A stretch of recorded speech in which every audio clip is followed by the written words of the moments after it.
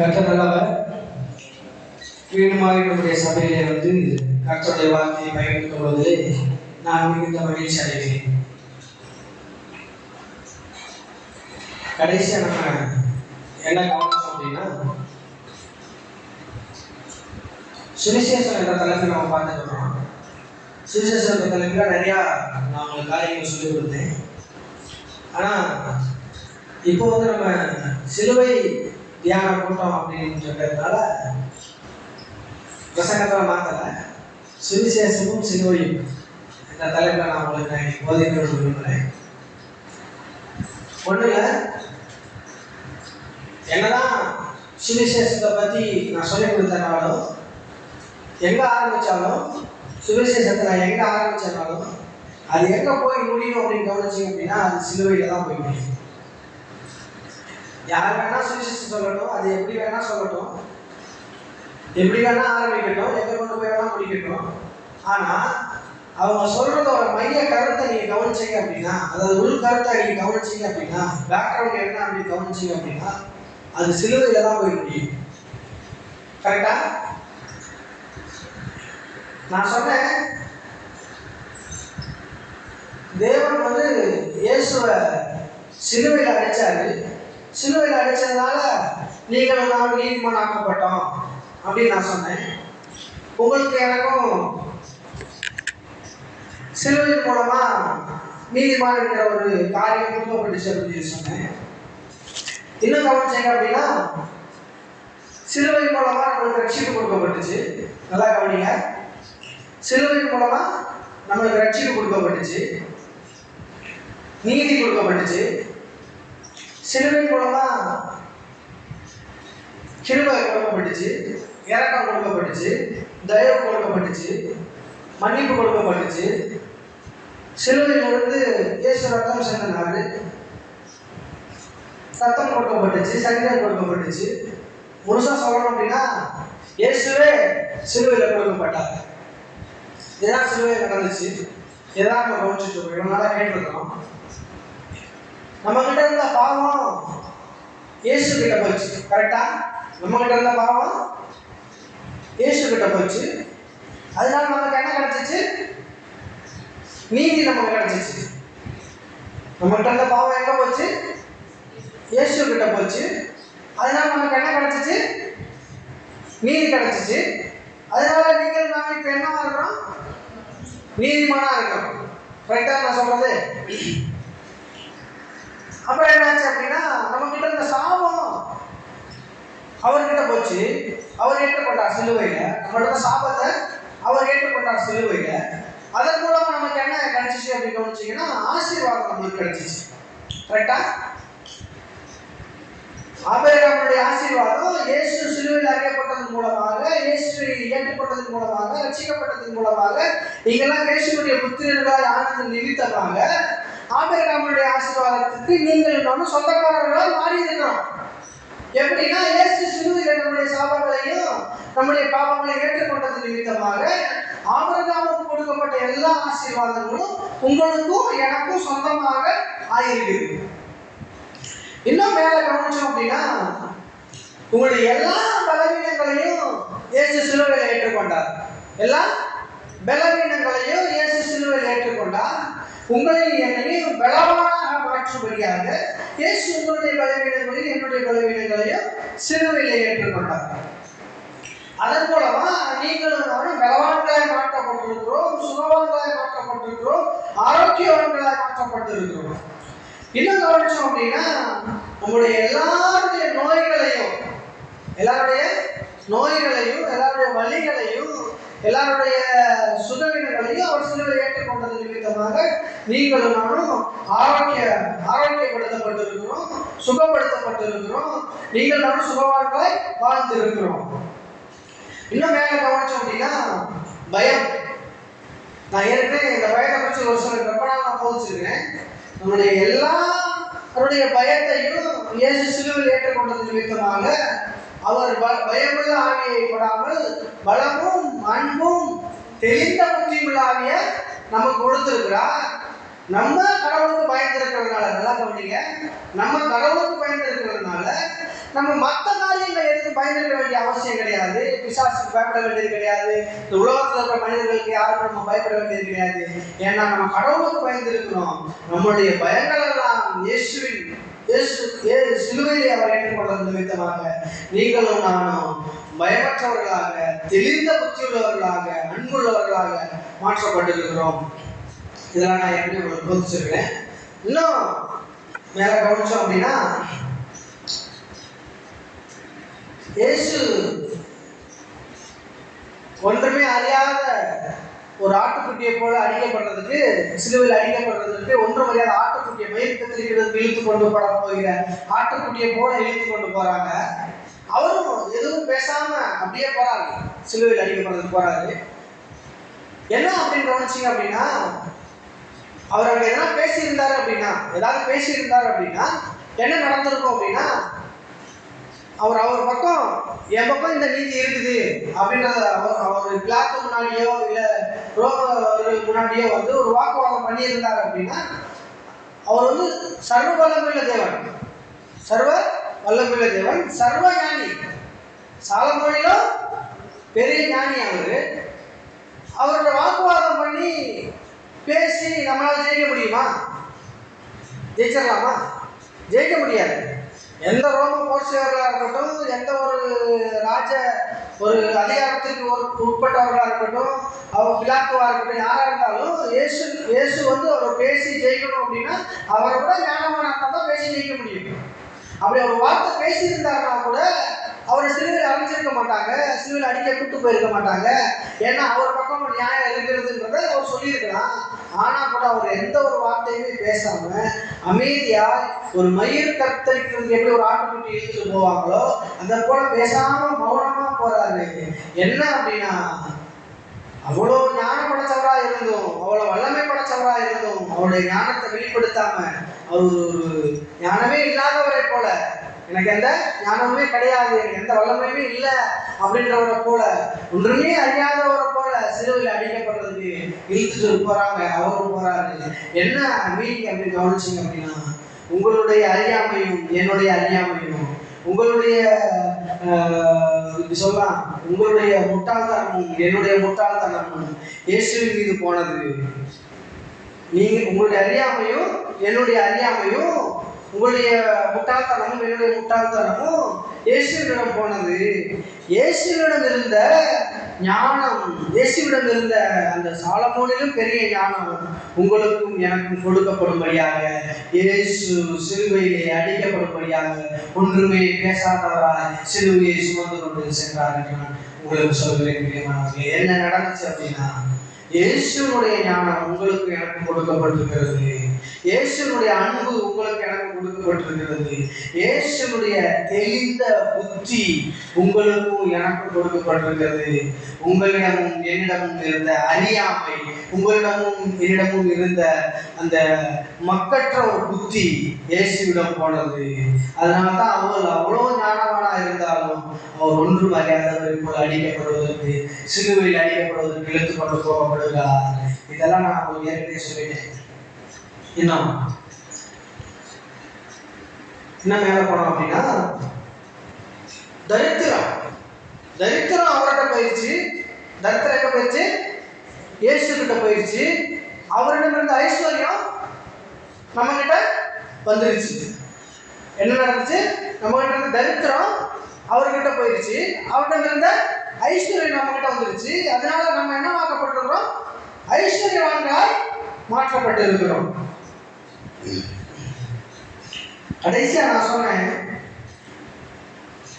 மரணம் அவர்கிட்ட போயிடுச்சு. நல்லா கவனிங்க, மரணம் அவர்கிட்ட போயிடுச்சு. நித்திய ஜீவன் நம்மளுக்கு கொடுக்கப்பட்டிருக்கு. இதெல்லாம் நான் பேசிட்டேன். இன்னும் இதுக்கு மேல நான் உங்களை கொண்டு போகணும்னு விரும்புகிறேன். என்ன இதுக்கு மேல என்ன போனோம் அப்படின்னா, எல்லாமே பேசி முடிச்சாச்சு அப்படின்னு நினைக்கிறீங்களா? பாவம் அவர்கிட்ட போச்சு, நீதி நம்மகிட்ட வந்துச்சு, சாபம் அவர்கிட்ட போச்சு, ஆசீர்வாதம் நமக்கு வந்துச்சு, பலவீனம் அவர்கிட்ட போச்சு, நம்ம பலவானா மாறணும், நோய் அவர்கிட்ட போச்சு, நமக்கு சுகம் வந்துச்சு, ஆரோக்கியம் வந்துச்சு, பயம் அவர்கிட்ட போச்சு, பாவம் பயமில்லாத வாழ்க்கையும் தெளிந்த புத்தி வாழ்க்கை நம்மளுக்கு வந்துச்சு, முட்டாள்தனம் அவர்கிட்ட போச்சு, ஞானம் நம்மளுக்கு வந்துச்சு, தரித்திரம் அவர்கிட்ட போச்சு, ஐஸ்வர்யம் நம்மகிட்ட வந்துச்சு, பரிசுத்தம் அசுத்தம் பாவம் எல்லாம் அவர்கிட்ட போச்சு, பரிசுத்தம் நம்மளுக்கு வந்துச்சு, ஞானம் அவர்கிட்ட இருந்தது, நம்மளுடைய வேதைத்தனம் அவர்கிட்ட போச்சு, ஞானம் நம்மகிட்ட வந்துச்சு, நம்மளிடம் இருந்த பாவத்தின் மூலமா இருந்த எல்லா வேரும் பாவத்தின் சம்பளம் மரணம் என்று கூறப்படுகிற அந்த பாவத்தின் கிரியைகளாகிய எல்லாம் இயேசு கிட்ட போச்சு. நித்திய ஜீவனுக்குரிய கிரியைகளாகிய நன்மைகள் எல்லாம் நமக்கு சொந்தமாக்கப்பட்டிருக்கிறது. இதுதான் சிலுவைக்கு பின்னாடி இருக்கிற ரகசியங்கள். ஆனா இதோட முடிஞ்சல, இதெல்லாம் வெளிப்படையா வேதத்திலேயே போட்டிருக்குது. நீங்க பைபிள்ல வாசிங்க அப்படின்னா, ரோமர்ல கொரிந்தியர்லாம் வாசிங்க அப்படின்னா, இதற்குரிய எல்லா வசனங்களுமே அப்படியே இருக்குது. பாவம் அவர்கிட்ட போச்சு, ஆசீர்வாதம் நமக்கு வந்துச்சுன்றது தெளிவா போட்டிருக்குது.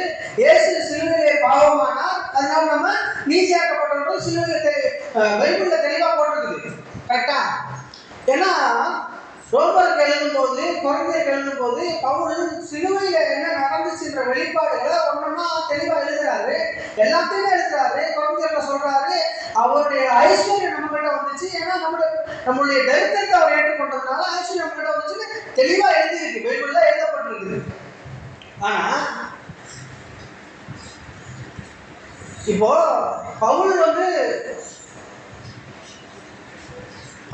சொல்லும்போது, சிலுவையை குறித்து சொல்லும்போது, அவர் சிலுவை குறித்து பேசும்போது பாவம் அவர்கிட்ட போயிடுச்சு, சாபம் அவர்கிட்ட போயிடுச்சு, பாவம் அவர்கிட்ட போயிடுச்சு, நோயில் அவர்கிட்ட போயிடுச்சு, பயம் அவர்கிட்ட போயிடுச்சு, நம்மளுடைய எல்லா அசுத்தமான காரியங்களும் அவர்கிட்ட போயிடுச்சுன்னு சொல்லும்போது சொல்லி அதுக்கு பதிலாக அவரிடம் இருந்த நல்ல காரியங்களை நம்ம கிட்ட வந்துருச்சு விவரிக்கும் போது, அப்ப இருந்த அந்த மக்கள், அப்ப இருந்த அந்த விசுவாசிகள் எல்லாம் அதை ஏற்றுக்கொள்றதுக்கு ரொம்ப யோசிச்சாங்க. உண்மையிலேயே இது இப்படிதான் நடந்துச்சா, உண்மையிலேயே இது இப்படிதான் ஆச்சா அப்படின்றதுக்கு யோசிச்சாங்க. ஆனா இன்னைக்கு நம்ம இதை விளக்கி கூறும்போது நம்ம அதை ஈஸியா புரிஞ்சுக்கிறோம். ஈஸியா புரிஞ்சுக்கிற அளவுக்கு ஆவியானவர் விளக்கி காட்டி ஈஸியா புரிஞ்சுக்கிற அளவுக்கு நம்ம நம்ப முடிகிற அளவுக்கு நம்ம போதிக்க முடியுது. ஆனா அந்த பவுலுக்கு கொடுக்கப்பட்ட அந்த வெளிப்பாடுகள் நல்லா கவனிங்க. பவுலுக்கு கொடுக்கப்பட்ட அந்த வெளிப்பாடுகளை அவர் எழுதி வச்சுட்டு போயிருக்கிறாரு. ஆனா வெளிப்பாடுகள் சிலுவை குறித்த வெளிப்பாடுகளா இருக்கட்டும், இயேசுவை குறித்த வெளிப்பாடுகளா இருக்கட்டும், தேவனை குறித்த வெளிப்பாடுகளா இருக்கட்டும், வெளிப்பாடுகள் பவுலோடு நின்றாது, பவுலோடு நின்று விடவும் இல்லை. நீங்க வேதத்தை வாசிக்கும் பொழுது, நீங்க பைபிளை படிக்கும் பொழுது, நீங்க வேதத்தை தியானிக்கும் பொழுது பரிசுத்த ஆவியானவர் கிரியை செஞ்சாரு அப்படின்னா உங்களுக்கும் வெளிப்பாடுகள் உண்டாகும். உங்களுக்கும் அந்த வசனத்துல இருந்து வெளிப்பாடுகள் பிறக்கும். இந்த வசனத்துக்கு இப்படி கூட அர்த்தம் இருக்கும் போல அப்படின்னு உங்களுக்கும் தோணும், உங்களுக்கு வெளிப்பாடுகள் உண்டாகும். ஏன்னா பரிசுத்த ஆவியானவர் நம்ம ஒவ்வொருவருக்கும் கொடுக்கப்பட்டிருக்கிறார். எல்லாருக்கும் பரிசுத்த ஆவியானவர் கொடுக்கப்பட்டிருக்கிறார். வெளிப்பாடுகள் பவுலோடு நின்று விடவில்லை. இப்ப பிரசங்கம் பண்ணுகிற போதவர்கள் எல்லாம் வெளிப்பாடா பேசுற போதவர்கள் நிறைய பேர் இருக்கிறாங்கல்ல, அவங்களோடையும் நின்று விடவில்லை. வெளிப்பாடுகள் ஒரு வசனத்தை வாசிக்கும் பொழுது, ஒரு வார்த்தையை வாசிக்கும் பொழுது, ஒரு வார்த்தையை தியானிக்கும் பொழுது, நீங்க உட்கார்ந்து தியானிச்சு இந்த வசனத்துல என்ன சொல்லப்பட்டிருக்கிறது அப்படின்றத யோசிச்சீங்க அப்படின்னா வெளிப்பாடுகள் இன்னும் பெருகும்.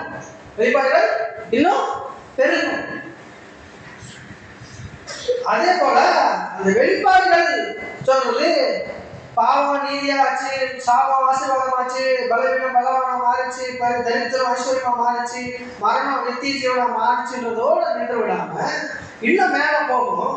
அதுதான் நான் அடுத்த வருஷத்துக்கு நம்மளை கொண்டு போகணும்னு விரும்புகிறேன். நம்ம திரும்பவும் ஒரு வசனத்தை நம்ம வாசிப்போம். யோவான் 3வது அதிகாரம் 16வது வசனம். தேவன் தம்முடைய ஒரே பேரான குமாரனை விசுவாசிக்கிறவன் எவனோ அவன் கெட்டு போகாமல் நித்திய ஜீவனை அடையும்படிக்கு அவரை தந்தருளி இவ்வளவாய் உலகத்தில் அன்பு கூர்ந்தார். நான் சொன்னேன், இயேசுவை சிலுவையில் அடிச்சதுனால நீங்களும் நானும் நீதிமான்களாய் மாற்றப்பட்டிருக்கிறோம். இயேசுவை சிலுவையில் அடிச்சதுனால நீங்களும் நானும் ஆசீர்வாதமாக மாற்றப்பட்டிருக்கிறோம். இயேசுவை சிலுவையில் அடிச்சதுனால நீங்களும் நானும் ஐஸ்வர்யவான்களாய் மாற்றப்பட்டிருக்கிறோம். இயேசுவை சிலுவையில் அடிச்சதுனால நீங்களும் நானும் நித்திய ஜீவனை பெற்றுக்கொண்டிருக்கிறோம்னு சொன்னேன். ஆனா இப்ப நான் உங்களுக்கு சொல்ல விரும்புறேன், இயேசுவை சிலுவையில் அடிச்சதுனால நம்ம நீதிமான்களா மாறணும் அப்படின்னு நான் இவ்வளவு நாள் உங்களுக்கு சொல்லி கொடுத்தேன். போன டைம் சொல்லும்போதே நான் உங்களுக்கு சொன்னேன் லைட்டா. இயேசுவை சிலுவையில் அடிச்சதுனால நம்ம நீதிமான்களா மாற்றப்பட்டிருக்கிறோம் இவ்வளவு நாள் நம்ம நம்பிக்கை இருக்கிறோம். கரெக்டா? இயேசுவை சிலுவையில் அடிச்சதுனால நம்ம நீதிமான்களா மாற்றப்பட்டிருக்கிறோம். இயேசுவை சிலுவையில் அடிச்சதுனால இந்த ஆசீர்வாதங்களை நம்ம பெற்றிருக்கிறோம்ன்றதான் நம்ம இவ்வளவு நாள் நம்பிட்டு இருக்கிறோம். கரெக்டா? அப்படிதான் நம்பிட்டு இருக்கிறோம். அப்படிதான் நம்ம போதனைகளா கேட்டிருக்கிறோம். ஆனா நான் சொல்றேன், இயேசுவை சிலுவையில் அடிச்சதுனால நீங்க நீதிமான்கள் ஆக்கப்படவில்லை. இயேசுவை சிலுவையில் அடிச்சதுனால நீங்க ஐஸ்வர்யவான்களாய் ஆக்கப்படவில்லை. இயேசுவை சிலுவையில் அடிச்சதுனால நீங்க பரிசுத்தவான்களாவோ பலவான்களாவோ மாற்றப்படவில்லை. என்ன பிரதர், போன வாரம் தான் நீங்க இயேசுவை சிலுவையில் அடிச்சதுனாலதான் நான் நீதிமான் ஆனேன்னு சொல்லிட்டு போனீங்க. போன வாரம் தான் சிலுவையில் அடிச்சதுனாலதான் நீங்க ஐஸ்வர்யவான் ஆனேன்னு சொல்லிட்டு போனீங்க. இந்த வாரம் நீங்க சிலுவையில் அடிச்சதுனால நான் நீதிமான் ஆகலன்னு சொல்லி சொல்றீங்களே, என்ன இது புதுசா இருக்குது அப்படின்னு நீங்க கேட்கலாம். அதாவது சிலுவை மூலமாகத்தான் நீங்க நீதிமான்கள் ஆக்கப்பட்டிருக்கிறீங்கன்றது சத்தியம், இல்லைன்னு சொல்லலாம் நானு. ஆனா சிலுவை மூலமாகத்தான் நீங்க ஐஸ்வர்யவான்கள் ஆக்கப்பட்டிருக்கிறீங்க அப்படின்றதும் சத்தியம். அதெல்லாம் நான் போதிச்சேன். அந்த உங்களுக்கு நிறைய எடுத்துக்காட்டுகள்லாம் காமிச்சு, நிறைய வசனங்கள்லாம் காமிச்சு போதிச்சேன். ஆனா அதுக்கும் மேல போனோம் அப்படின்னா, இந்த வெளிப்பாடுகளெல்லாம் தியானிச்சுட்டு இன்னும் மேல இன்னும் உள்ள போய் ஆரம்பிச்சோம் அப்படின்னா, உங்களை நான் சொல்றேன், நல்லா கவனிங்க. முக்கியமான பாயிண்ட், அதாவது சிலுவையில இயேசு அடிச்சதுனால நீங்க நீதிமன்றம் ஆக்கப்பட்டீங்கன்றது ஒரு பக்கம் இருந்தாலும், சிலுவையில இயேசுவை அடைஞ்சதுனால நீங்க பரிசுத்தவான்கள் ஆக்கப்பட்டீங்கன்றது ஒரு பக்கம் இருந்தாலும், உங்களுடைய பாவங்கள் எல்லாம் இயேசுடைய தலை மீது வைத்ததுனாலதான் இயேசுவை சிலுவையில் அடிக்கப்பட்டுச்சுன்ற ஒரு பக்கம் இருந்தாலும், எதுக்காக இயேசுவை சிலுவையில் அடிச்சாங்கன்றத பின்னாடி போய் பார்த்தோம் அப்படின்னா, உங்களை நீதிமான்களா ஆக்க வேண்டும் என்பதற்காகவே. நல்லா கவனிங்க, உங்களை நீதிமான்களாய் ஆக்க வேண்டும் என்பதற்காகவே, உங்களை ஐஸ்வர்யவான்களாய் ஆக்க வேண்டும் என்பதற்காகவே, உங்களை அன்பு கூறுகிறவர்களாய் மாற்ற வேண்டும் என்பதற்காகவே, நீங்கள் நித்திய ஜீவனை சுதந்திரித்துக் கொள்ள வேண்டும் என்பதற்காகவே இயேசு, வாசிங்க அவசரமா திரும்பி லாஸ்ட் கடைசியில வாசிங்க.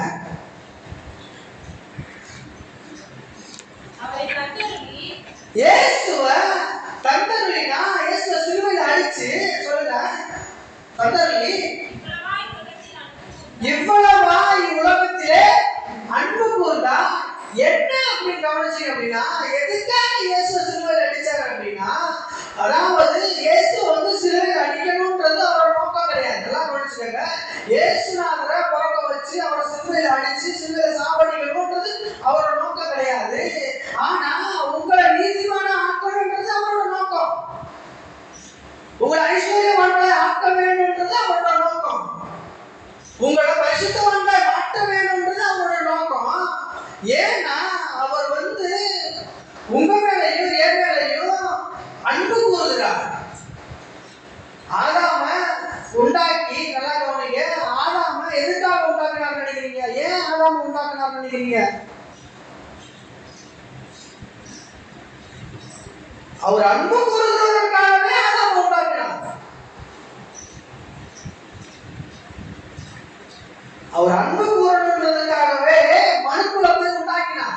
உங்களை எதுக்காக உண்டாக்கினார்னா, தேவன் உங்கள் மேல் பிரிய வைக்க வேண்டும் என்பதற்காகவே. உங்களை ஏன் இந்த ஒரு உலகத்தை உண்டாக்கியிருக்கிறார் அப்படின்னா, தேவன் உங்கள் மீது அன்பு காட்ட வேண்டும் என்பதற்காகவே உங்களை உருவாக்கி இருக்கிறார்.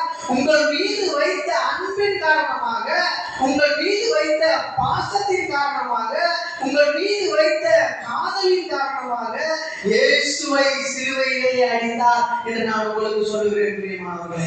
ஏன் இயேசுவை சிலுவையில் அடிச்சார்னா உங்களை நீதிமான ஆக்கணும்ன்றதுக்காகவே, உங்களை ஐஸ்வர்யமான ஆக்கணும்ன்றதுக்காகவே, உங்களை பலவீனத்திலிருந்து தூக்கி எடுக்கணும்ன்றதுக்காகவே அவர் உங்கள் மீது வைத்த அன்பின் காரணமாக, உங்கள் மீது அவர் வெளிப்படுத்தின அன்பின் காரணமாக, பாசத்தின் காரணமாக, உங்கள் மீது கொண்ட நேசத்தின் காரணமாகவே இயேசுவை சிலுவையிலே அடித்தார் என்று நான் உங்களுக்கு சொல்லுகிறேன் பிரியமானவர்களே. நீங்க நீதிமானா ஆகணும்ன்றதுக்காக தான் இயேசுவை சிலுவையில் அடித்தார். இயேசுவை சிலுவையில் அடித்ததுனால நீங்க நீதிமானா ஆக்கப்படல. நீங்கள் உலக தோற்றத்திற்கு முன்பதாகவே நீங்கள் நீதிமானாய் ஆக்கப்பட்டிருக்கிறீர்கள். இந்த உலகம் உண்டாகிறதுக்கு முன்பதாகவே நீங்கள் நீதிமானாய் ஆக்கப்பட்டிருக்கிறீர்கள். நீங்கள் பரிசுத்தவான்களாய் ஆக்கப்பட்டிருக்கிறீர்கள். நீங்க யோசிக்கலாம், நான் பாவியாதான பிறந்தேன், பாவியாதான வாழ்ந்தேன் அப்படின்னு. கிடையாது. நீங்கள் தாயின் கருவிலே நீங்கள் உருவாவதற்கு முன்பதாகவே நீங்கள் வார்த்தையாக இருக்கும் பொழுது நீங்கள் நீதிமன்றங்களாக தான் இருந்தீர்கள். நீதிமன்றங்களாக இருந்தது நிமித்தமாகத்தான் அவர் உங்கள் மீது வைத்த அன்பின் நிமித்தமாக உங்களை நீதிமன்றம் இன்னும் வாழ செய்யும்படியாகத்தான் இயேசுவை சிலுவையில் அடித்தார் பிரியமானவர்களே. இயேசுவை சிலுவையில் அடிச்சதுனால, நல்லா கவனிங்க, இயேசுவை சிலுவையில் அடிச்சதுனாலதான் நம்ம நீதிமான் ஆக்கப்பட்டிருக்கிறோம். இயேசுவை சிலுவையில் அடிச்சதுனாலதான் நம்ம ஐஸ்வர்யவான்கள் ஆக்கப்பட்டிருக்கிறோம். இயேசுவை சிலுவையில் அடிச்சதுனாலதான் நம்முடைய பாவங்கள் சாபங்கள் எல்லாம் நீங்கி நம்ம வந்து பரிசுத்தவான்களாக மாற்றப்பட்டிருக்கிறோம் தான் நம்ம கேள்விப்பட்டிருக்கிறோம். ஆனா அது கிடையாது. நீங்களும் நானும் ஏற்கனவே பரிசுத்தவான்களாக இருந்தோம், ஏற்கனவே நீதிமான்களாக இருந்தோம், ஏற்கனவே நீங்கள் நானும் ஐஸ்வர்யவான்களாக இருந்தோம். ஆனா என்ன பண்ணிட்டான் அப்படின்னா, கடவுளுடைய வார்த்தைக்கு கீழ்ப்படியாம போனதுனால அவனை இருள் மூடிக்கொண்டது. கடவுளுக்கும் அவனுக்கும் இருந்த உறவு அறுந்து போனது, இருள் மூடிக்கொண்டது. அவன் போய் ஒளிஞ்சுட்டு போய் சொல்றான். அவர் வந்து கேட்கிறார், ஆதாமே நீ எங்கே இருக்கிறாய் அப்படின்னு கேட்கிறாரு. இவன் சொல்றான், நான் ஒளிஞ்சிட்டு இருக்கிறேன், நான் நிர்வாணியா இருக்கிறேன், நான் ஒளிஞ்சிட்டு இருக்கிறேன். நிர்வாணி உனக்கு அறிவிச்சவன் யார் அப்படின்னு கேட்கிறாரு. என்ன நடந்துச்சு அப்படின்னா, தேவனுக்கும் மனிதனுக்கும் இருந்த உறவு முறிந்து போனது. முறிந்து போனதுனால மனுக்குலம் முழுவதுமா இருளுக்குள்ளாக தள்ளப்பட்டது. இருளுக்குள்ளாக தள்ளப்பட்ட மனுக்குலம் என்ன ஆனது அப்படின்னு கவனிச்சீங்கன்னா, இப்ப வந்து தேவன் வந்து நம்ம எதுக்காக உண்டாக்கினாருன்னா, உங்களுக்கு அன்பு கூறும்படியாக தான் உண்டாக்கினார். கரெக்டா? உங்க மீது ஒட்டுமொத்த மனுக்குலத்தின் மீதும் தேவன் அன்பு கூறும்படியாகத்தான் உருவாக்கினார். ஆனா இவனால என்ன நடந்துச்சு அப்படின்னா, தேவன் ஆதாம் மீது அன்பு கூர்ந்தா, ஏவாளை மீது அன்பு கூர்ந்தா, ஏவாளன் மூலமா ஆதாம் மூலமா பார்த்த எல்லா சந்ததி மீதும் தேவன் அன்பு கூர்ந்து கொண்டேதான் இருக்கிறார். இன்னைக்கும் அன்பு கூர்ந்து கொண்டேதான் இருக்கிறார். ஆனா ஆதாம் என்ன பண்றான்னா, போய் ஒழிச்சுக்கிறான். ஏன்னா இவன் பண்ணின தவறு நிமித்தமாக, இவன் பண்ணின அந்த கீழ்ப்படியாமை நிமித்தமாக என்ன ஆயிடுதுன்னா, இவனுக்கும் தேவனுக்கும் இருந்த உறவு முறிஞ்சு போயிடுது. இவன் இருளுக்குள்ளாக போயிடுறான். இப்ப இவன் தேவனை வந்து அந்த இருளுக்குள்ளாக தேடுறான். நம்ம எப்படியாவது விமோசனம் பெற்றலாம், எப்படியாவது தேவனை கண்டுபிடிச்சிடலாம் அப்படின்னு தேடுறான். எவ்வளோ இருளுக்குள்ள போய் தேவனை தேடி பார்த்தாலும் கூட எந்த ஒரு மனிதனும் மீண்டும் அந்த அருந்து போன அந்த உறவை இணைக்க ஒரு மனிதனாலும் முடியவில்லை. இன்றைக்கு வரைக்கும் மனிதன் இருளுக்குள்ளாகத்தான் தேவனை, அதாவது கடவுளை பக்தி மார்க்கமாக தேடிக்கொண்டே இருக்கிறான். ஆனா தேவன் என்ன பண்றாரு அப்படின்னா, இன்னும் அன்பு அதிகமா கூறுறாரு. தேவன் இன்னும் நம்ம மேல அன்பு அதிகமா கூறுறாரு, இன்னும் அதிகமா கூறுறாரு அன்பு, மேலும் அதிகமா கூறுறாரு அன்பு. ஆனா இவன் என்ன பண்றான் அப்படின்னா, அன்பு கூறுறார் தேவன். ஆனா இவன் அப்படியே ஆப்போசிட்டா தேவனை விட்டு விலகி அப்படி அந்த பாவத்தின் கிரியைக்குள்ளாக சென்று கொண்டே இருக்கிறான். தேவன் என்ன பண்றாரு? அன்பு கூறுறாரு, இன்னும் அன்பு கூறுறாரு, அதிகமா அன்பு கூறுறாரு.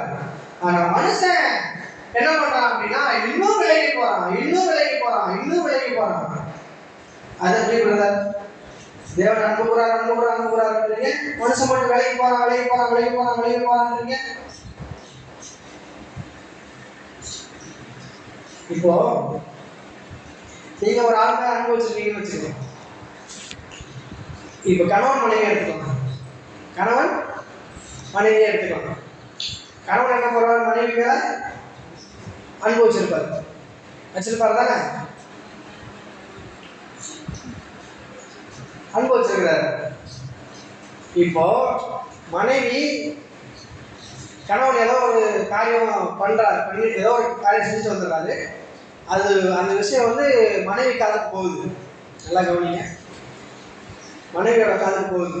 போன உடனே மனைவி வந்து நல்லா டென்ஷன்ல இருக்காங்க, நல்லா கோபம், கணவன் மேல நல்ல கோபத்துல இருக்கிறாங்க. எப்படி? நல்ல கோபத்துல இருக்கிறாங்க. இப்ப கணவன் வராரு, வந்து அவரு அது என்ன நடந்துச்சுன்றத சொல்ல போறாரு. என்ன நடந்துச்சுன்றத அவங்க யார் மூலமாவோ கேள்விப்பட்டிருக்கிறாங்க, இதை இது மாதிரி நடந்திருக்கு அப்படின்னு இவர் ஒரு விஷயத்த சொல்றதுக்காக போறாரு. ஒருத்தவங்களுக்கு காசு கொடுக்க வேண்டி இருக்குதுன்னு வச்சுக்கோங்களேன். காசு கொடுக்க சொல்லி மனைவி கொடுத்து அனுப்புறாங்க. மனைவி என்ன பண்றாங்க? இவங்களுக்கு கடன் கொடுத்துருக்குன்னு சொல்லி அனுப்புறாங்க. இவர் அந்த காசை கொடுக்காம அதை வேற ஏதோ ஒரு காரியத்துக்கு பயன்படுத்திடுறாரு. இது மனைவிக்கு அது வந்து மனைவி எவ்வளவு எப்படி இருக்கிறாங்க? செம டென்ஷனா இருக்கிறாங்க, ரொம்ப கோபமா இருக்கிறாங்க. இப்ப வராரு, அவர் வந்து அந்த பணத்தை வந்து வேற இடத்துல செலவு பண்ணிட்டார் இல்லையா, அதுக்கு எவ்வளவு விளக்கம் வேணா கொடுக்கட்டும், எவ்வளவு விளக்கம் வேணா கொடுக்கட்டும், அது எவ்வளவு நியாயமான காரியமா எவ்வளவு நீதியான காரியமா கூட இருக்கட்டும். ஆனாலும் இவங்க ஏற்கனவே அந்த விஷயத்தை கேள்விப்பட்டு இவங்க கோபத்துல இருக்கிறதுனால, அவர் மேல ஒரு கோபத்திலையும் ஒரு வெறுப்புலையும் இருக்கிறதுனால, அவர் என்னதான் விளக்கம் கொடுத்தாலும் ஏற்றுக்கொள்ளுகிற மனப்பான்மை இருக்காது. அவர் சொல்ல சொல்ல சொல்ல சொல்ல இவங்களுக்கு கோபம் அதிகமாகிட்டே இருக்கும். ஆனா கணவன் வந்து அவங்க மேல இன்னும் அனுபவிச்சு இன்னும் சொல்லணும் இன்னும் அதை பத்தி எப்படியே விலைக்காம புரிய வச்சிடலாம், அந்த காரியத்தை பத்தி பேச ஆரம்பிக்க இன்னும் அதிகமாகும். பிரச்சனை தான் அதிகமாகிட்டே போகும். இது கணவனா இருந்தாலும் சரி, இப்படியே ஆப்போசிட்டா மனைவியா இருந்தாலும் சரி. ஏனென்றால் விழுந்து போன மனிதன் தேவன் அன்பு கூறுகிறார். அவன் அந்த தூக்கி எடுத்துடலாம், ஒவ்வொரு மனுஷனையும் எப்படியா தூக்கி எடுத்துடலாம் சொல்லிட்டு ஒவ்வொரு தீர்க்கதரிசியாக அனுப்புகிறார். சாமுவேல் அனுப்புறாரு, எரேமியாவை அனுப்புறாரு, ஆகாய் அனுப்புறாரு. அந்த மாதிரி ஒரு தீர்க்கதரிசியா அவனுக்கு சொல்லி புரிய வச்சு அவனை எப்படியாவது கொண்டு வந்துடலாம்னு அவர் எப்படியாவது அந்த இணைந்து போன அந்த உறவை மீண்டும் அதை இணைச்சிடலாம் அப்படின்னு தேவன் அன்பு கூறுந்துட்டே இருக்கிறார். ஆனா என்ன நடக்குது அப்படின்னா, இவன் ஏற்கனவே விழுந்து போனதுனால, ஏற்கனவே இவன் தப்பு பண்ணதுனால, இவன் மேலும் மேலும் தவறு செஞ்சு பாவம் செஞ்சு இன்னும் சாபம் செஞ்சு அந்த மாதிரி காரியங்களை வேணா செய்யறானே ஒழிஞ்சு தேவன் கிட்ட இணைந்து போற அளவுக்கு மனிதனுக்கு மனப்பான்மையும் இல்லை. அதை ஏற்றுக்கொள்ளுகிற அளவுக்கு மனிதனுக்கு இருந்த அந்த இதை பிசாசு எடுத்து போட்டு விடுகிறான்.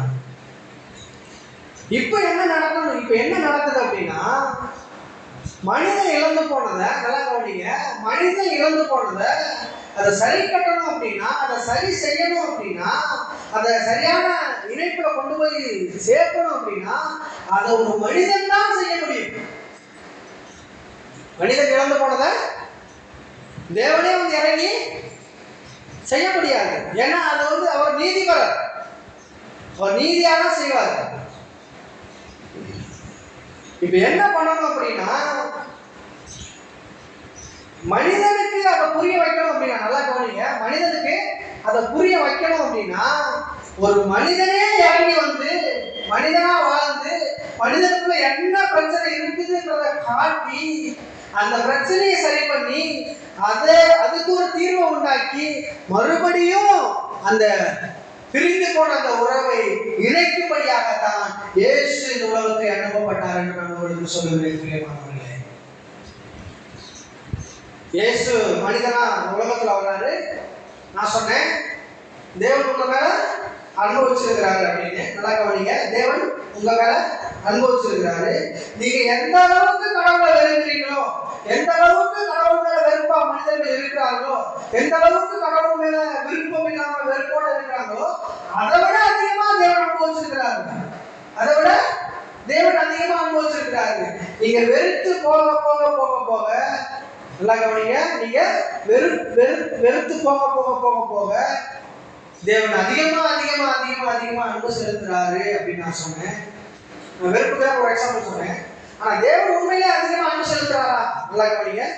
நம்ம வெறுப்பை வெளிப்படுத்த நம்மளுடைய அந்த பாவத்தின் குணமான, அந்த பாவத்தின் மூலமா வந்த அந்த கீழ்ப்படியாமை மூலமா வந்த அந்த பாவத்தின் குணமான அந்த வெறுப்பு நம்ம தேவன் மீது வெளிப்படுத்த உண்மையிலே தேவன் அதிகமா அன்பு கூறுறாரா? உண்மையிலே தேவன் அதிகமா அன்பு கூறுறாரா அப்படின்னா, ஆமா உண்மையிலே தேவன் அதிகமா அன்பு கூறுறாரு. எப்படி உண்மையிலே அன்பு கூறுறாருன்றது நம்ம எதிர்பார்க்கணும் அப்படின்னா, தேவன் தீர்க்கதரிசிகளை அனுப்பினாரு. என்ன அனுப்பினாரு? தீர்க்கதரிசிகளை அனுப்பினாரு. அனுப்பி தேவனை பத்தி சொன்னாரு. அவனுக்கு சொல்லும் போது இவங்க என்ன பண்ணாங்கன்னா, தீர்க்கதரிசிகளை கொலை பண்ணாங்க. நீ எப்படி எங்களை பத்தி இப்படி சொல்ல முடியும் அப்படின்னு ஒரு தீர்க்கதரிசியா கொலை பண்ணாங்க. அப்படி இருக்கும்போது தீர்க்கதரிசிகள் மேல கடவுள் அனுபவிச்சிருந்ததுனாலதான் அவங்களை அனுப்பி நம்மளை எப்படியாவது வீட்டு எடுத்துடலாம்னு பார்த்தாரு. அப்படி நம்ம தீர்க்கதரிசிகளை ஒருத்தர கொலை பண்ணவும் நல்லா கவனிங்க. தீர்க்கதரிசிகளை மேல வச்சிருந்த கொஞ்சம் மேல வச்சிருந்த அன்பு அப்ப இன்னும் அதிகமாகுது. இன்னும் ஒரு தீர்க்கதரிசி அனுப்புறாரு. இன்னும் வெளிப்பாடா பேசுற ஒரு தீர்க்கதரிசி அனுப்புறாரு. அவரையும் அவங்க என்ன பண்றாங்க அப்படின்னா, அவர் பேசுறது கட்டியவர் அவரையும் அடிச்சு கொலை பண்றாங்க. இப்படியே வரும்போது கடைசி என்ன பண்றாங்கன்னா, அவர் ஒட்டுமொத்த அன்பையும் நல்லா கவனிங்க, அவர் ஒட்டுமொத்த அன்பையும் அவருடைய சகல விதமான அன்பையும் யாருக்குள்ள வச்சிருந்தாரு அப்படின்னா, அவருடைய குமாரன் மீது வச்சிருந்தாரு. அவர் தான் இயேசு. நான் சொல்லுறேன், நான் அன்பு காட்டுறேன் அப்படின்னா நான் என் மனைவி மீது அன்பு காட்டுவேன், என்னோட ஃப்ரெண்ட்ஸுங்க மீது அன்பு காட்டுவேன், என்னோட உறவினர்கள் மீது அன்பு காட்டுவேன். ஆனா இவங்க மீதெல்லாம் அன்பு காட்டுறதை காட்டிலும் என்னோட பையன், என்னோட குழந்தை, என்னோட சொந்த குமாரன் மீது என் மனைவி மேல காட்டுற அன்பை காட்டிலும் என் பையன் மீது அதிகமா அன்பு காட்டுவேன். சாதாரண மனுஷன் நான், நல்லா கவனிங்க. சாதாரண கடவுளால் உண்டாக்கப்பட்ட மனுஷன் நானே என் மனைவியை காட்டிலும் என் பிள்ளைகள் அதிக அன்பு செலுத்துறேன். என் நண்பர்களை காட்டிலும், என்னோட உறவினர்களை காட்டிலும், என்னை பெற்ற அம்மாவை காட்டிலும், என் அப்பாவை காட்டிலும், என் கூட பிறந்த அண்ணனை காட்டிலும், என் கூட பிறந்த அண்ணன் தம்பி தங்கச்சியை காட்டிலும் நான் யாருமே அதிக அன்பு செலுத்துறேன்? ஏன் பிள்ளைகளை அதிக அன்பு செலுத்துறேன்? நான் இல்ல, எடுத்துக்காட்டுக்கு சொல்றேன். எல்லா மனிதர்கிட்டையும் நீங்க போய் கேளுங்க, எல்லா அப்பா கிட்டையும் போய் கேளுங்க, எல்லா அம்மா கிட்டையும் போய் நீங்க கேளுங்க. என்ன சொல்லுவாங்க அப்படின்னா, ஆமா என் பிள்ளைகள்லாம் அதிக அன்பு வச்சிருக்கிறேன் அப்படின்னு சொல்லுவாங்க. சாதாரண மனிதன் நானே என் பிள்ளைகள் அவரை அன்பு வச்சிருக்கிறேன் அப்படின்னா, சர்வ சிருஷ்டியையும் உண்டாக்கின சர்வ வல்லமையுள்ள அந்த கடவுள் அவருடைய குமாரனாகிய இயேசுவின் மீது சகல அன்பையும் ஒட்டுமொத்த அன்பையும் அவர்கள் தான் வச்சிருந்தாரு. இப்ப நான் கேட்கிறேன், நீங்க வெறுத்து போனாலும், உங்களுடைய வெறுப்பு எவ்வளவு அதிகமாக இருந்தாலும், தேவனுடைய அன்பு உங்களை கிட்டே ஈர்த்துக் கொள்வதாக இருக்கிறது. ஏனென்றால் ஒட்டுமொத்த அன்பையும் இயேசுவின் மீது வைத்திருந்தார். ஆனால் இயேசுவை காட்டிலும் ஒருவரை அன்பு வச்சிருந்தாரு. யாருன்னா அது நீங்களும் நானும் தான்.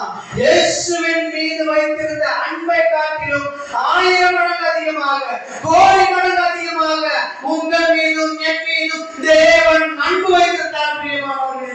அதனால தான் இயேசுவின் அன்பை காட்டிலும் உங்க மேலே என் மேலே அதிக அன்பு வைத்திருந்த காரணத்தினால்தான் இயேசுவை இந்த உலகத்திலே மனிதனாக அனுப்பினார் என்று நான் உங்களுக்கு சொல்லுகிறேன் பிரியமானவர்களே.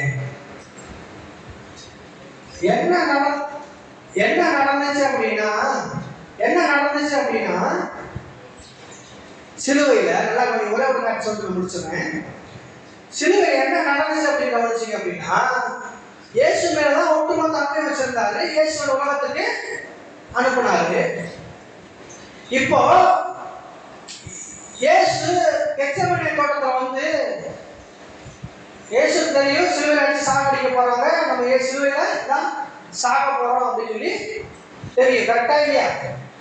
கெட்செமனே தோட்டத்துல வந்துட்டு பிதாவை நோக்கி சொல்றாரு, இந்த பாத்திரம் என்னை விட்டு நீங்க கூடுமானால் நீங்க தோன்றாரு, ஆனாலும் உங்களுடைய சித்தத்தின்படியாக என்னுடைய சித்தத்தின்படியாக உங்களுடைய சித்தத்தின்படியே ஆகட்டும் அப்படின்னு சொல்றாரு. சொல்லிட்டு எந்திரிச்சு வந்துடுறாரு. அவரு அவ்வளவு தூரம் கேட்கும் போது அவர் மேல பார்க்கும்போது பிதா சொல்றாரு, இதுதான் முடிவு, இப்படிதான் பண்ணணும், இப்படிதான் மனுக்குலத்தை மீட்டெடுக்கணும். ஏன்னா இப்போ வார்த்தைனால ஒருத்தர் உண்டாக்குனாரு, ஒரே வார்த்தை சொன்னா மனுக்குலத்தை பாவத்தை நீக்க முடியும். ஆனா ஏன் இயேசு சிலுவையில் அடிக்கிறார் அப்படின்னா, உங்கள் மீது என் மீதும் இயேசுவை காட்டிலும் அன்பு அதிகமாக வச்சிருக்கிறேன்றதை காட்டணுன்றதுக்காகவே இயேசு சிலுவை அடிச்சு அவரை மரணமாக்கி அவரை சாகடிக்கிறாரு. ஆனா நல்லா கவனிங்க, என்ன சொல்லப்பட்டிருக்கு அப்படின்னா, இயேசு சிலுவையில மரிச்சிடுறாரு, மரணம் அவருக்கு உண்டாயிருது. மரணத்தின் மூலமாக வேதம் சொல்லுது, மரணத்தின் மூலமாக மரணத்தை ஜெயித்தார் அப்படின்னு போட்டிருக்கு. மரணமே உன் போறங்க, பாதாளமே உன் ஜெயமே. இயேசு சிலுவையில் அடிச்சிட்டு 3ஆம் நாள் உயிரோடு எழுந்தார். கரெக்டா? ஆனா உயிரோடு எழுந்தப்பதான் அவர் மரணத்தை ஜெயிச்சாரு அப்படி போடல. எப்படி போடுறது அப்படின்னா, அவர் மரணிக்கும் போதே மரணத்தை ஜெயிச்சார். ஒரு 5 நிமிஷம், அவர் மரணிக்கும் போதே அவர் மரணத்தை ஜெயிச்சாரு அப்படின்னு போட்டுருக்குது. என்ன நடந்துச்சு அப்படின்னு கவனிச்சிங்க அப்படின்னா, எல்லா மனுஷனும் மறிக்கிறாங்க. நல்லா கவனிங்க, பாவத்தின் சம்பளம் மரணம். எல்லா மனுஷனும் மறிக்கிறாங்க. எல்லாருடைய பாவமும் இயேசுவுடைய தலையின் மீது வைக்கப்பட்டது. அவர் என்ன பண்றாரு அப்படின்னா சொல்றாரு, அந்த அவர் கெட்செமனே தோட்டத்துக்கு வந்ததுக்கு அப்புறம் பேதுரு மற்ற தூதர்கள் மற்ற சீசர்கள்லாம் பார்த்து சொல்றாரு, நீங்க யாரும் என் கூட இருக்க மாட்டீங்க சிலுவையில் அடிக்கப்படும் போது, ஆனா தேவன் என் கூட இருப்பாரு அப்படின்னு சொல்றாரு.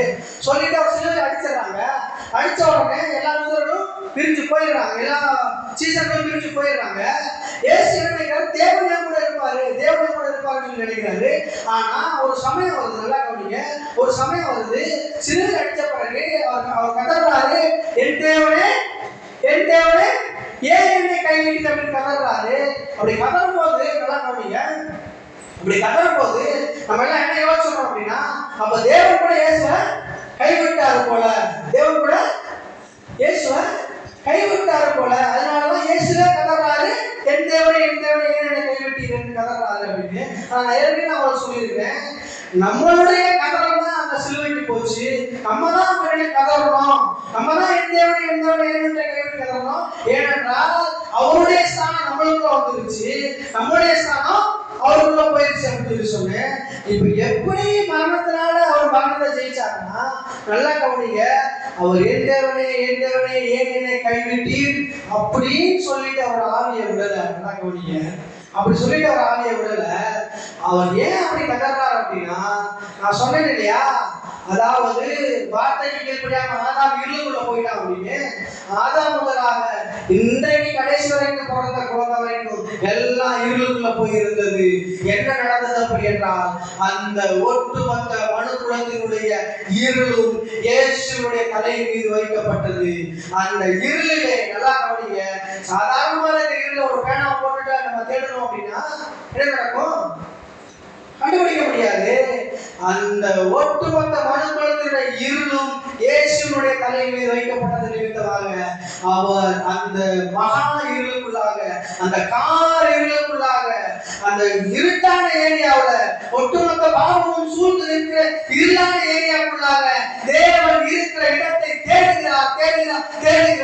அதனால சொல்றாரு, தேவன் கண்டுபிடிக்க முடியாம என் தேவனே ஏன் என்னை கைவிட்டீர் என்று மரணத்துக்குள்ளாக நின்று கொண்டு சொல்லுகிறார், என் தேவனே ஏன் என்னை கைவிட்டீர் என்று. மரணத்தினாலே எப்படி மரணத்தை ஜெயித்தார் என்றால், இருளிலே ஒரு ஒளி உதித்ததை போல மகா இருளிலே மகா இருட்டான ஏரியாவில் அவர் தேவனை கண்டுபிடிக்கிறார். கண்டுபிடித்து விட்டு சொல்லுகிறார், தேவனே என்னுடைய ஆவியை உம்முடைய கரத்திலே ஒப்புவிக்கிறேன் என்று. நான் சொல்லுகிறேன், மரணம், இயேசுவுடைய மரணம் எப்படி முடிந்தது என்றால், அவர் தேவனை அந்த மகா இருளிலே, அதாவது ஆதாம் தேவனை கண்டுபிடிக்க முடியாமல் இருந்த அந்த இருளிலே, மனுக்குலமே ஒட்டுமொத்த மனுக்குலமே கண்டுபிடிக்க முடியாமல் இருந்த அந்த இருளுக்குள்ளாக இயேசு தேவனை கண்டுபிடித்தார். கண்டுபிடித்து ஒட்டுமொத்த மனுக்குலத்தின் ஆவியை தேவனை உங்களை கருத்தில் கொடுக்கிறேன். அந்த மகா இருளிலே ஒரு வெளிச்சம் உதித்தது. அதனால் தான் சொல்கிறேன், மரணத்திலே இயேசு மரணத்தை ஜெயித்தார் என்று. புரியுதா நான் சொல்றது? ஒட்டுமொத்த மனுக்குலமும் இருளுக்குள்ள போய் போச்சு. அந்த இருளுக்குள்ள ஒவ்வொரு தீர்க்கதரிசியா போய் வெளிச்சத்தை தேடுறாங்க. ஒவ்வொரு மனிதனா போய் வெளிச்சத்தை தேடுறாங்க. எந்த மனிதனால வெளிச்சத்தை கண்டுபிடிக்க முடியல. ஆனால் இயேசு இறங்கி வந்து மனிதனாக வாழ்ந்து மனிதனாக இருந்து மனிதனாக சிலுவையில் அடிக்கப்பட்டு ஒட்டுமொத்த மனுக்குலத்தின் ஆவியை வாங்கி கொண்டு அந்த எந்த மனிதனும் கண்டுபிடிக்க முடியாத இருளுக்குள்ளாக சென்று மரணத்திற்கு மரணத்தை கொடுத்து ஒளியை ஏற்றினார். இதுதான் சுவிசேஷம். பிரியமானவர்களே, எல்லாம் காரணம் தட்டுவோம். என்ன நடந்துச்சு அப்படின்னா, வெளிச்சத்தை தேடி அலைஞ்சிட்டு இருந்தா மனுஷன். எந்த மனுஷனால வெளிச்சத்தை கண்டுபிடிக்க முடியல. இருளிலே ஒரு ஒளி உதித்தது. அதுதான் இயேசு கிறிஸ்துவினுடைய ஜீவன். அந்த ஒளி இன்றைக்கும் உங்களுக்குள்ளாக எனக்குள்ளாக வாசம் செய்து கொண்டு இருக்கிறது. மரணத்திலே இயேசுக்கு மரணம் கொடுக்கப்படவில்லை, ஒட்டுமொத்த இருளுடைய சமுதாயத்துக்கும் மரணம் கொடுக்கப்பட்டு என்பதுதான் நற்செய்தி. கர்த்தர் ஆசீர்வதிப்பாராக.